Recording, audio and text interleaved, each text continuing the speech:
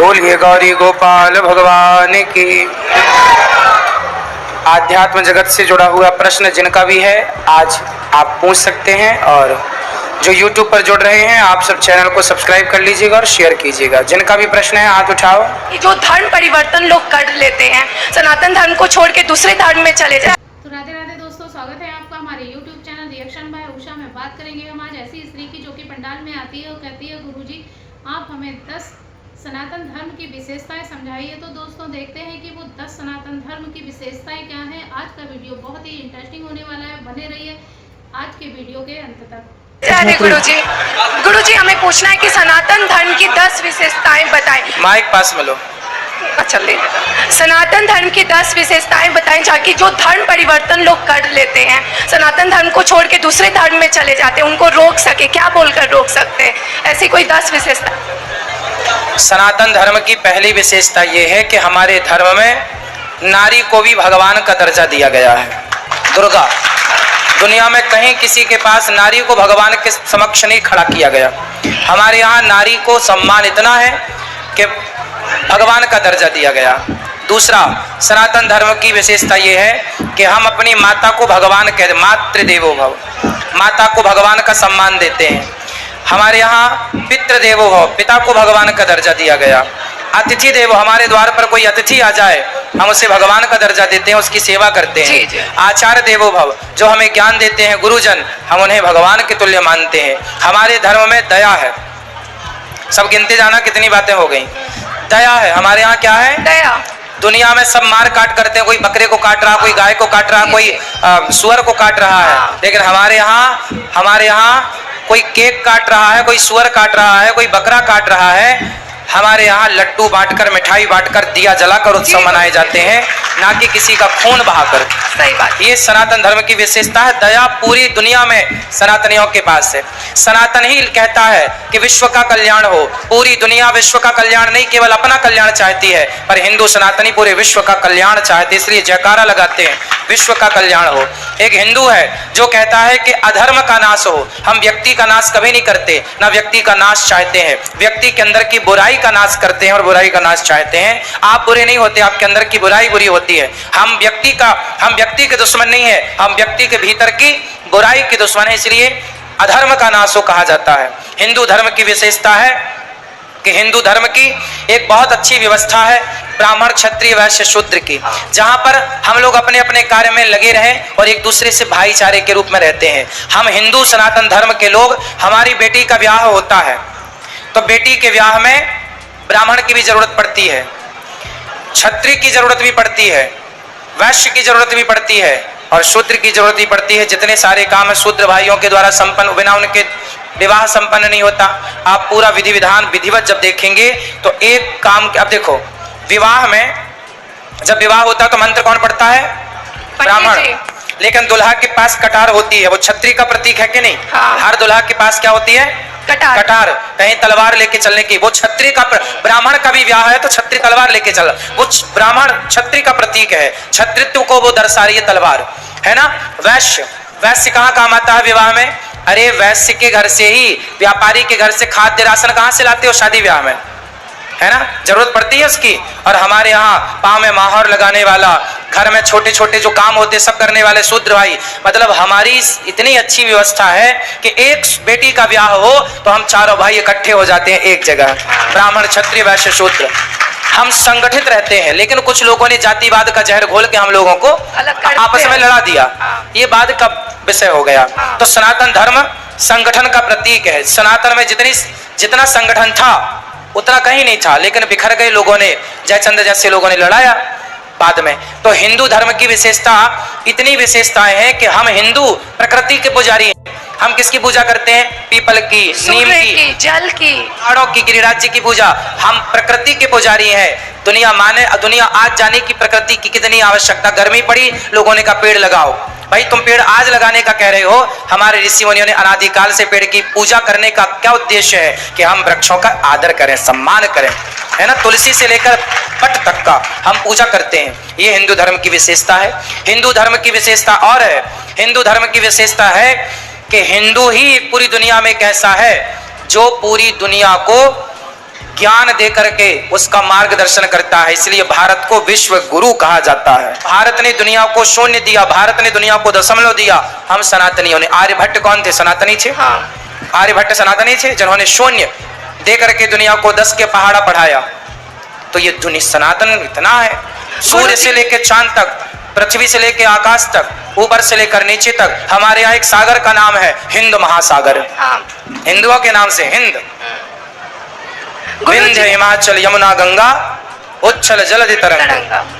गुरुजी, मैं पूछना चाहती हूँ कि अपने सामने जो धर्म परिवर्तन लोग कर देते हैं, ये बहुत गलत है। सामने से देखना भी गलत है, करना भी गलत है। तो उसको कैसे रोकें? उन लोगों को कैसे समझाएं कि ये गलत है? बहुत लोग क्रिश्चियन में चले जाते हैं, बहुत लोग कहीं चले जाते हैं, ये बहुत गलत है। उनको ये पूछो कि आपको सनातन धर्म में दिक्कत क्या है, क्या समस्या, फिर वो बताएंगे कि हमें ये समस्या आ रही है। वो लोग बोलते हैं बहुत अंधविश्वास है। क्या अंधविश्वास है? बोले पीपल की पूजा करना अंधविश्वास है? बोले अपने माँ को भगवान कहना, माँ की सेवा करना, मातृ देवो हो, ये अंधविश्वास है? हम क्या कहते हैं? माँ की सेवा करो, पिता की सेवा करो, क्या ये अंधविश्वास है? अरे हिंदू ऐसा है जो कहता है माँ में भी भगवान है और पत्थर में भी भगवान है। हम सजीव हो या निर्जीव हो, दोनों को भगवान के तुल्य समझते हैं। ये अंधविश्वास है क्या? हम नदियों की पूजा करते हैं, क्या ये अंधविश्वास है? हम पहाड़ों की पूजा करते हैं, क्या ये अंधविश्वास है? आज पहाड़ खतरे में है, दुनिया कह रही है। हम पूजा करते आए, मेन सम्मान करते आए हैं। आज गिरिराज जी का पूजन हम लोग ना करते तो ये गिरिराज जी ना होते। गिरिराज जी का पूजन करके आप लोगों ने, सनातनियों ने गिरिराज जी को बचाया, वरना कितने लोगों ने घर बना बना के सब खत्म हो जाता। पर पहाड़ों को भी सुरक्षित किया, कामतानाथ जी को सुरक्षित किया। तो हम, क्या ये अंधविश्वास है कि हम प्रकृति को बचा रहे हैं? हम घर घर तुलसी लगवा रहे हैं, सनातनी तुलसी। जिसके घर में तुलसी होगी वो सनातनी है। तुलसी ऑक्सीजन देती है, जो काम पीपल करता है इतना बड़ा, वही काम छोटी सी तुलसी कर देती है। क्या ये अंधविश्वास है? अंधविश्वास तो वो है जो लोग जा जाके शराब पिला रहे हैं। हमारे यहाँ शंकर जी को पानी चढ़ाया जाता है, दूध चढ़ाया जाता है, औरों की जगह तो जाके शराब चढ़ाई जाती है उनके देवी देवताओं को, जो भी होते हैं उनके कहा शराब। अब शराब चढ़ाना अंधविश्वास नहीं है? अरे दूध, हमारे यहाँ तो खूब दूध होता था गाय का, तो शंकर जी को ही पिलाते थे, नदियां बहती थी दूध की। गुरुजी, तिलक लगाने का क्या उपदेश है? तिलक लगाना साइंस है। तिलक लगाना, हमारे यहाँ ज्ञान चक्र होता है दोनों भ्रुकुटी के बीच में, ये ज्ञान चक्र होता है। जब हम यहाँ उंगली रखते हैं, प्रेस करते हैं, दबाते हैं, एक्यूप्रेशर नाम सुना होगा आपने। जब एक्यूप्रेशर करते हैं, यहाँ दबाते हैं तो दबाव पड़ता है, ज्ञान चक्र खुलता है, जिससे हम हमारी सोचने समझने की अच्छे विचारों, अच्छे थॉट हमारे अंदर थोक में आते हैं और ज्ञान चक्षु खुल जाते हैं। शंकर जी का तीसरा नेत्र क्या है? यही तो है तीसरा नेत्र। तीसरा नेत्र का मतलब ये नहीं कि तीसरी आंख यहाँ पर है। ज्ञान का चक्षु मतलब आप सबसे ज्यादा समझते हैं, आप सबसे ज्यादा सोचते हैं, आप सबसे ज्यादा अच्छे डिसीजन लेते हैं। आइंस्टीन क्या है? सबसे अच्छे निर्णय लेने वाला व्यक्ति, सबसे अच्छा काम करने वाला व्यक्ति। अब देखो, वैज्ञानिक तो बहुत हुए, पर डॉक्टर एपीजे अब्दुल कलाम के जैसा कौन है? तो उनका तीसरा आंख खुली, ये कहेंगे ना, ज्ञान चक्षु खुला उनका। जो भी अच्छा काम किया। आर्यभट्ट कौन थे? गणितज्ञ तो आज भी बहुत सारे हैं, पर आर्यभट्ट जैसा गणितज्ञ कौन होगा जो आज तक के लिए सिद्धांत दे के चले गए? तो उनका तीसरी आंख खुली थी। तीसरी आंख मतलब ज्ञान चक्षु। तो जो विशेष हो समाज में, जो विशेष हो, जैसे वर्तमान में कह सकते हैं कि मोदी जी हैं, विशेष कार्य कर रहे हैं, ज्ञान चक्षु खुला हुआ है उनका, तीसरी आंख खुली हुई है। तो जो विशेष कार्य कर रहे हैं, समाज में अच्छे कार्य कर रहे हैं, आप कह सकते हैं शंकर जी का पूरा खुला था, आपका जरा सा खुला है। पर आप यदि अच्छा कर रहे हैं तो आपकी, क्योंकि दो आंखों से तो सब देख रहे हैं, पर तीसरी आंख है जिसके एक अलग दृष्टिकोण। भाई जो सब सोच रहे हैं वो ही आप सोच रहे हैं तो क्या आश्चर्य है? जो सब कर रहे हैं वो ही आप कर रहे हैं तो क्या? जो आप सबसे हट के कर जाएं, सबसे बढ़िया। जैसे ज्ञान चक्षु देखिए, सुंदर पिचई है, उसने मोबाइल पे कैसा एप्लीकेशन दे दिया जिसको आप मैप कहते हैं। आज फलाने को घर में आपको जाना हो, मोबाइल पे डाल दीजिए हम इसके घर जाना है, तुरंत लोकेशन दे देगा, आप उसी रास्ते पे ना पूछे चले जाइए। आज के 20 साल 100 साल पहले सबको भाई फलाने के घर जाना कहाँ है, भाई फलानी गली कहाँ है, भाई फलाना गांव कहाँ है, भाई फलाना शहर का, आजकल कोई नहीं पूछता, गूगल पे डाला। अब गूगल पे इतना बड़ा काम करने वाला सुंदर पिचई है तो उसका तीसरा आंख नहीं खुला क्या? यही तो तीसरा ज्ञान चक्षु है। तो जब आप यहाँ तिलक लगाते हैं तो तिलक लगाने वाले जो साधु संत होते हैं वो सामान्य लोगों से ज्यादा ज्ञान रखते हैं। तिलक लगाने से यहाँ का ज्ञान चक्षु खुलता है और आप बुद्धिमान होते हैं, सबसे अलग करते हैं। गुरुजी एक और सवाल है, अपने धर्म को ऊपर रखना है या बेरोजगारी को? बेरोजगारी तो भाई अकर्मण्यता, कोई बेरोजगारी नहीं है देश में। ये मूर्खता है। अब दिन भर 2020 देखते हैं 5 घंटा क्रिकेट और बाद में हम बेरोजगार। अरे नालायको, 5 घंटे तुमने क्रिकेट देखा, उसमें कुछ काम करते तो तुम्हारा यश खूब होता, पैसा खूब होते। अब कुछ करोगे धरोगे नहीं, खटिया तोड़ोगे और कहोगे कि जी हम बेरोजगार हैं। काहे के बेरोजगार हो? आज इतना काम है कि करने वालों की कमी नहीं। आप लेबर ढूंढने जाओ, लेबर नहीं मिल रही है। आप इंजीनियर ढूंढने जाओ, इंजीनियर नहीं मिल रहे हैं। आप डॉक्टर ढूंढने जाओ, डॉक्टर नहीं मिल रहे हैं। हर जगह हर फील्ड में अच्छे लोगों की कमी है। आप अच्छे बनो, अब कचरा बनोगे तो कौन पूछेगा? आप अपने काम में परफेक्ट बनो। अच्छे लोग तब भी कीमती थे, आज भी कीमती हैं। जो नालायक हैं उन्हें रोना है तो तब भी रो रहे थे, आज भी रो रहे हैं। काम करने वाले आज भी हमें चाहिए। हमें अब ये बिल्डिंग बन रही है, हमें चाहिए कि भाई पीओपी करने वाला मिल जाए, हमें चाहिए कि यहाँ प्लम्बिंग करने वाला प्लम्बर मिल जाए। मिल ही नहीं रहे लोग, काम डिले हो रहा है, रुका पड़ा है, मिल काम ही नहीं हो रहा है। लेकिन करने वाले नहीं, करने वाले होते तो काम कब का हो जाता। आज लोग कहते हैं बेरोजगारी, जो नहीं करना चाहते साहब, जो बैठे बैठे खाना चाहते हैं वो बेरोजगार हैं। जो कुछ करना चाहते हैं वो बिल्कुल बेरोजगार नहीं है, खूब काम है। लेकिन गुरुजी अगर ये बेरोजगारी को हिंदू लोग ऊपर नहीं रखते तो आज यूपी में अयोध्या में बीजेपी नहीं हारता। इतना 500 वर्षों का वो काम पूरा किया लेकिन फिर भी हार गया। इसका क्या कारण हो सकता है? इसका कारण ये है कि हम हिंदू संगठित नहीं हैं। हम संगठित होते, अब राम मंदिर बनाने वाले हार गए और राम भक्तों पर गोली चलाने वाले जीत गए। यही बात है। अब ये संगठन जब देश गुलाम क्यों हुआ? ये कोई आज की बात मत करो बेटा, आज के 700 साल पहले की बात कर लो तो भी भारत की स्थिति नहीं सुधरेगी।